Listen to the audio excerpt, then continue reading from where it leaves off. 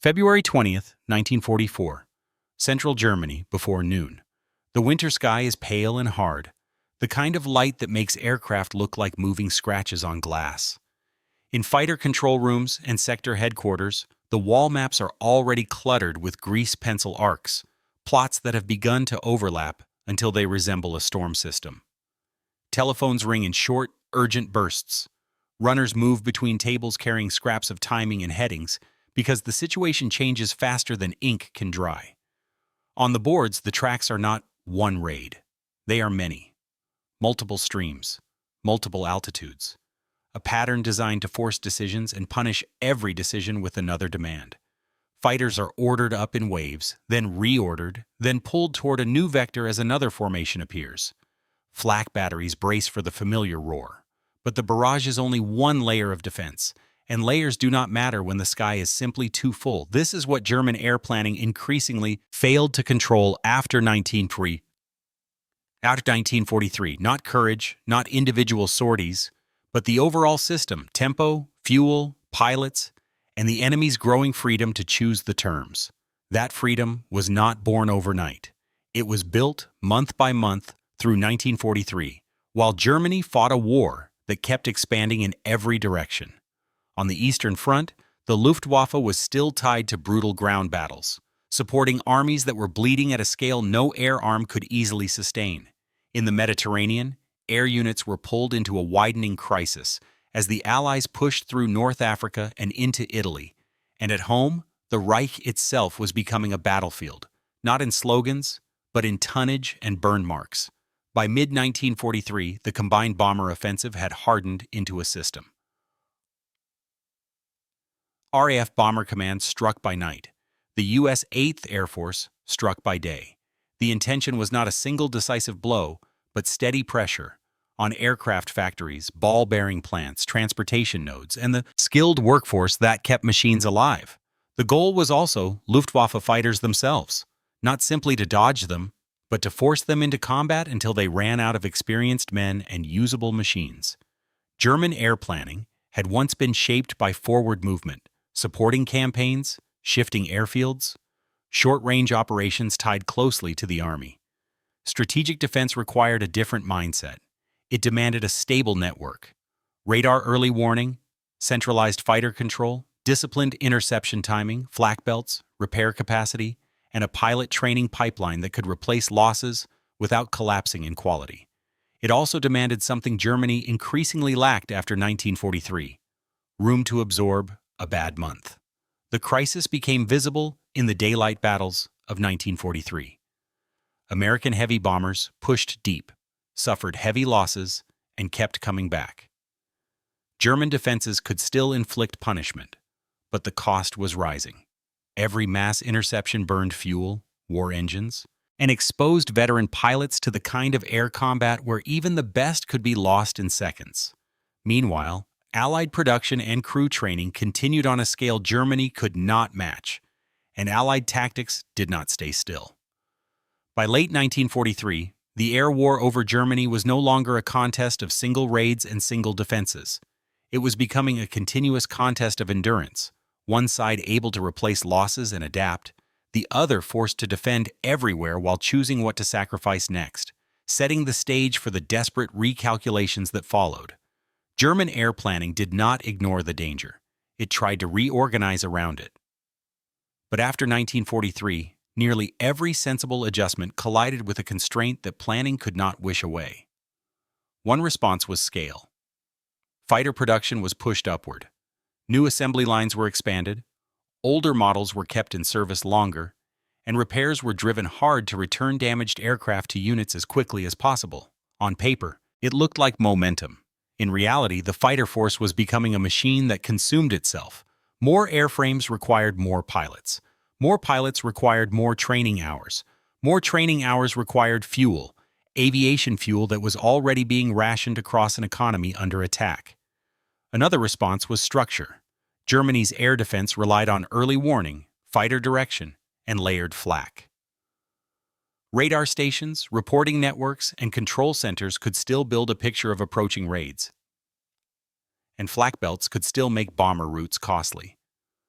But the Allies learned how to complicate that picture through mass, timing, route variation, and repeated strikes that forced constant readiness. The defense system could still function, yet it was increasingly forced to operate at maximum strain, day after day, without the pause required to recover its most precious assets: experienced crews and reliable aircraft. Tactics also shifted toward emergency answers. Interceptors were concentrated into larger formations to hit bomber streams harder. Weapons and methods were adapted to break up tight formations. Night defenses, already complex, were asked to do more as RAF raids continued, and American daylight pressure intensified. Each adjustment could work locally on a given day against a given raid. But none restored what air planning most needed: predictable control over when and where the battle would happen. Because after 1943, the enemy was no longer merely penetrating the airspace.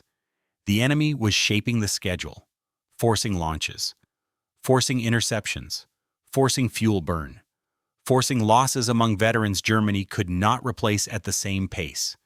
German air planning became less about choosing strategy and more about managing emergencies inside a shrinking margin of error. And that is where the story turns from what Germany built to what Germany could no longer control, beginning with the human system behind every aircraft. A fighter force is not built from aluminum. It is built from hours. Hours in the classroom, hours in the cockpit, hours in the air under an instructor's eye, hours that teach a young pilot how to land in crosswind, how to find a formation through haze, how to recognize an enemy shape at distance, how to conserve fuel, how to fight without panic when the first burst of fire cuts past the canopy. After 1943, that structure began to fracture. Germany's need for pilots rose as the defense burden grew, but the time available to produce fully trained fightermen shrank. As pressure increased, training hours were reduced. Fuel that should have been burned safely over training fields was increasingly demanded at the front line. Experienced instructors were pulled away to operational units because the units needed veteran skill immediately. The result was predictable and lethal. New pilots arrived with fewer hours, less practice, and less confidence, at the exact moment they were being thrown into the densest air battles of the war. In earlier years, a veteran cadre could absorb that weakness. Experienced men could lead, teach, and stabilize formations under fire. By late 1943 into 1944, that veteran cadre was thinning. Air defense combat was not like the early campaigns, where short-range operations and local air superiority gave room for mistakes. It was high altitude, heavy guns, crowded skies, relentless pressure, and a growing presence of Allied fighters that turned escape into a skill as important as attack. In that environment, inexperience did not merely reduce effectiveness, it accelerated loss. German air planning could order more sorties, it could demand more aircraft, it could shift units and redraw command charts. But it could not easily rebuild a corps of experienced fighter leaders once it was drained away, because experience is the one resource that cannot be manufactured on a timetable. Germany's air defense was often described as a network, and it was radar stations, reporting chains, control rooms, fighter direction, flak belts, night fighter methods. It was a system designed to take early warning and turn it into interception. For a time, it could do that with impressive discipline. But after 1943, the system faced a new enemy advantage: scale combined with learning. A defense network has limits. It can only attract so many formations. It can only direct so many units at once. It can only repair so fast after strikes. It can only keep personnel sharp for so many consecutive days before fatigue becomes operational reality.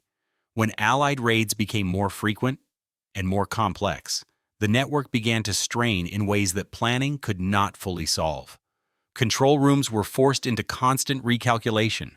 Fighters were launched and redirected repeatedly. Interceptions arrived late, or in fragments, or against decoys, while the main force pushed through elsewhere. Even when the network worked, it increasingly produced a kind of success that was strategically hollow, costly interceptions that achieved local damage but consumed irreplaceable resources, fuel burned on climbs to altitude, Engines worn down, pilots lost, aircraft damaged. Every response was necessary. Every response also made tomorrow harder. And the deeper problem was this. German air planning depended on the idea that the defense system could impose order on chaos. After 1943, the volume of chaos kept rising, and the enemy increasingly chose when and where to generate it. After 1943, German air planning was no longer facing a fixed opponent. It was facing a system that studied every engagement and returned with an upgrade. American daylight bombing had been vulnerable in 1943. Deep penetrations could be met by concentrated German fighters, and losses could be severe. But the Allies did not accept that as permanent. They extended escort range with drop tanks, refined formation discipline, and most importantly, brought long-range fighters into the fight in numbers. By early 1944, escort fighters were not simply guarding bombers at the edge of Germany. They were increasingly able to stay with the bomber streams deeper into the Reich and then go hunting. That changed the geometry of air defense. The Luftwaffe had planned to strike heavy bombers during the approach, break their formations, and then repeat the process as the bombers withdrew. But escorts reduced the time window for clean attacks and punished German fighters as they turned in, turned out, and tried to regroup. The sky became contested not only around the bombers, but across the routes leading to them.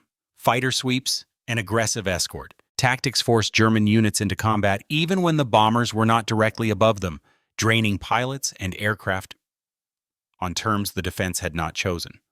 This was the deeper failure of control. Planning could no longer dictate the moment of engagement. German commanders could still mass fighters, but massing created predictability. Predictability the Allies exploited with route changes, feints, and concentrated maximum effort days designed to saturate defenses. Each time German planning attempted to restore order through coordination and concentration, Allied tempo threatened to break that order again. From a different direction, at a different altitude, at a different hour. On paper, Germany could still produce aircraft in large numbers late in the war. That fact is often misunderstood as resilience. But aircraft output is not the same as operational air power. Air power requires trained crews, spare parts, functioning airfields, transport capacity, and above all, fuel. After 1943, fuel moved from constraint to choke point. Fighter interception demanded repeated climbs to altitude, constant readiness, and rapid redeployment. Training demanded steady flying hours. Both consumed aviation gasoline at a pace Germany struggled to sustain, especially as Allied attacks increasingly targeted the sources and processing of petroleum, refineries, synthetic fuel plants, and the rail network that moved fuel where it was needed. When fuel shrank, training shrank. When training shrank, combat losses rose. When combat losses rose, planning demanded more pilots, exactly when the system was least able to produce them. This is why German air planning began to resemble a ledger, written in red ink. It could allocate aircraft to a defense sector, but it could not guarantee the fuel to fly them, the hours to prepare the pilots, or the durability of the infrastructure beneath them. The Luftwaffe could still fight, it could still hurt, but it could no longer control the balance that decided how long it could keep fighting at all. The turning point was not a single invention or a single day. It was the moment German air defense was forced to fight a continuous, large-scale air war while losing the ability to choose the terms. In late February 1944, that pressure arrived as a concentrated test. The Allies called it Big Week, part of Operation Argument, a sustained series of heavy raids aimed at the German aircraft industry and the fighter force that defended it. The pattern mattered as much as the bombs. Raids came in succession, stacked across days with the intent of drawing German fighters into repeated mass battles until the defense began to tear at its seams. From the German side, it looked like an equation with too many variables. The early warning picture formed. Tracks thickened. Controllers calculated headings and altitudes, trying to time interceptions so that fighters would meet bomber streams before they reached their targets, then hit them again on the way out. That had been the classic defensive logic. Concentrate at the decisive point, strike hard, recover, and strike again. But the Allied fighter umbrella was no longer a short border. In early 1944, it was extending deeper, staying longer, and fighting more aggressively. Escort fighters did not merely cling to the bombers. They ranged outward, contested the assembly points, harassed climbing interceptors, and punished formations as they attempted to reorganize after an attack. In practical terms, German fighters were increasingly being forced to fight before they reached the bombers, while they attacked them, and after they broke away, exactly when they were low on speed, low on options, and exposed. This changed what planning could accomplish. German commanders could order a mass launch, but mass launches created congestion. Airfields jammed with departures, formations struggling to assemble quickly, pilots trying to find the correct group in winter haze. A clean, perfectly timed interception demanded calm conditions and time. The enemy's tempo removed both. And every time German units committed, they paid in the one currency they could not print: experienced men. Losses were not just numbers, they were roles. The flight leader who could read a sky at a glance, the veteran who could hold a formation steady under fire, the instructor-level pilot who kept younger men from making fatal errors. When those men were lost, replacement could fill a cockpit, but it could not immediately replace judgment. By early 1944, the Luftwaffe was still capable of fighting fiercely, but the air defense system was beginning to lose control of sequence, the ability to dictate when a battle started, how long it lasted, and what it would cost. And once a defense loses control of sequence, it begins to spend tomorrow's strength just to survive today. The Reich still had radar stations and reporting posts, control centers still built, a picture of approaching raids. Flak batteries still waited along predicted routes. Fighter units still launched in numbers when they could.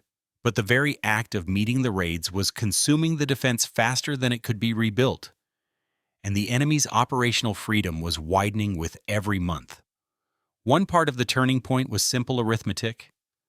A defensive system can survive hard days if it has slack, if it can rest units, rotate experienced pilots, keep training steady, maintain engines, and rebuild damaged infrastructure.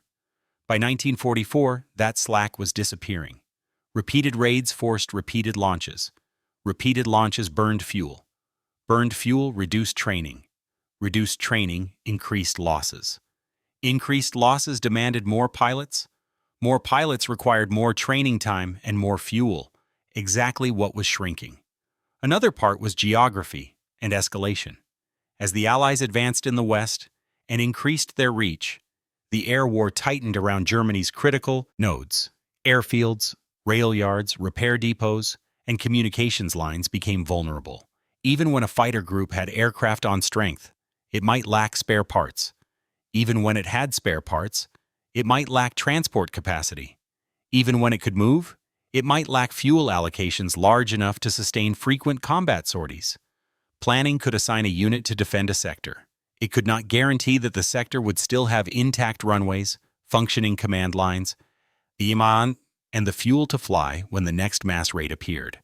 The sense of control had once implied that the defense could impose cost on the attacker at a manageable price.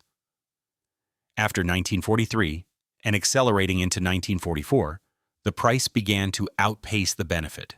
German fighters could still shoot down bombers and escorts. Flak could still inflict casualties.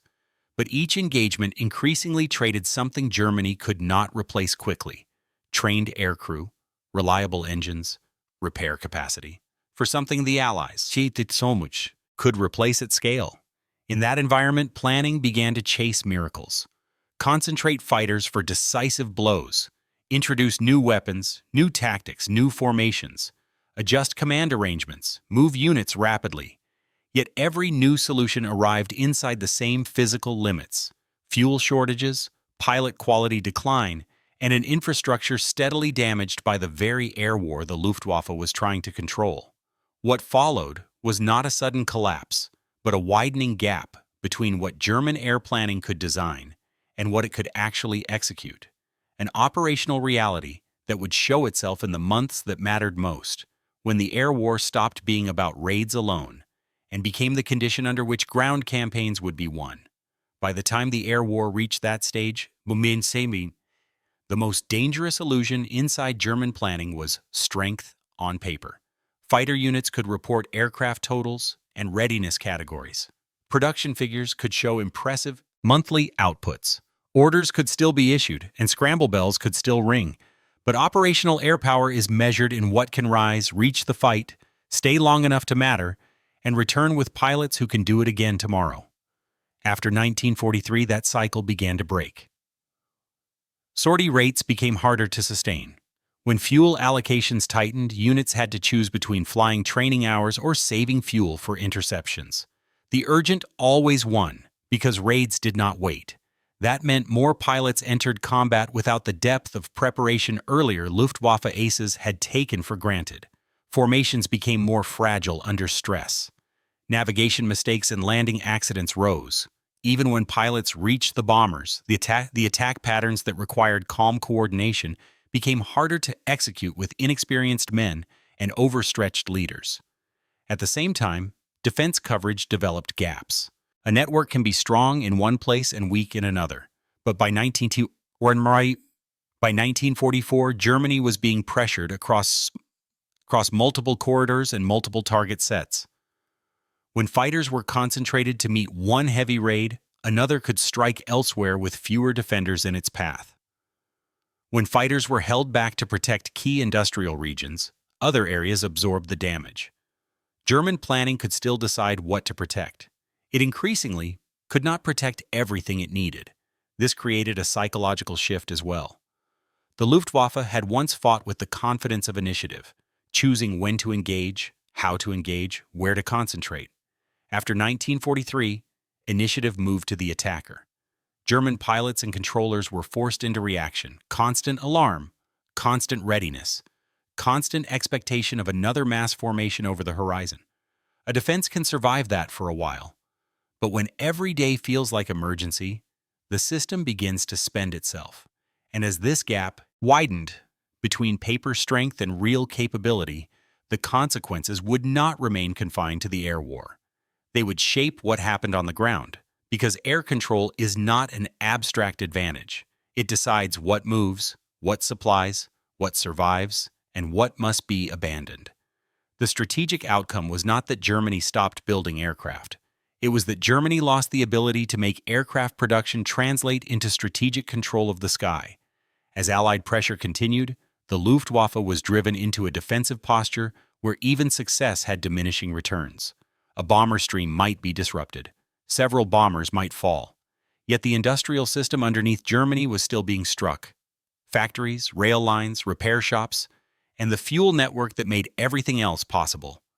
Meanwhile, the Allied air forces could absorb losses while maintaining the tempo of operations. They could return again and again, because their training pipelines and production base were designed for sustained war. This is where German air planning failed in its deepest sense after 1943. It could not stop the enemy from growing stronger inside the same battles Germany was being forced to fight. Every month, the escorts improved. Every month, the coordination sharpened. Every month, the raid patterns became more complex. German planners could respond with new measures, but they were responding from inside a shrinking resource pool. The late war appearance of advanced German designs, jets, and new interceptors, fits into this story not as a simple what if, but as a symbol of the problem. Technology can offer a tactical edge, sometimes a dramatic one. But technology cannot replace fuel. It cannot instantly generate trained pilots. It cannot rebuild wrecked rail lines overnight. It cannot guarantee spare parts under sustained bombing. A modern aircraft, even an excellent one, is only as decisive as the system that fields it. By the time the war neared its final year, Germany's air defense had become a battle of interruptions rather than control. Brief moments of resistance against a sky increasingly shaped by Allied choice. The enemy could mass raids when it wanted, hit industries when it wanted, and, crucially, support major ground operations under an expanding umbrella of air superiority. And once air superiority belongs to your enemy, everything else begins to happen under its shadow. Troop movements by night, supply lines stretched and delayed, repairs slowed, communications strained, and the constant sense that you are fighting a war, while the sky itself has turned against you. What German air planning failed to control after 1943 was not a single weapon or a single raid pattern. It failed to control the foundations that make air power sustainable: time, fuel, training, repair capacity, and the ability to choose when the battle begins. In earlier years, the Luftwaffe had been built for speed and decision: short campaigns, concentrated effort, the belief that initiative could compress an enemy before the enemy learned how to endure. But the air war over Germany became the opposite kind of conflict. It was industrial, repetitive, unforgiving. It did not reward brilliance in one afternoon as much as it punished weakness across a season. Planning can distribute resources, but it cannot create them. It can design an interception plan, but it cannot restore a veteran leader once he is gone. It can order a training program, but it cannot fuel it if the refineries are burning and the rail lines are broken. It can build aircraft, but it cannot make those aircraft matter if they cannot be flown often enough to gain proficiency or repaired quickly enough to remain in the fight. That is the quiet lesson inside the noise of engines and flak bursts. Control in modern air war is less about the perfect machine and more about the invisible system behind it: pipelines, logistics, and endurance.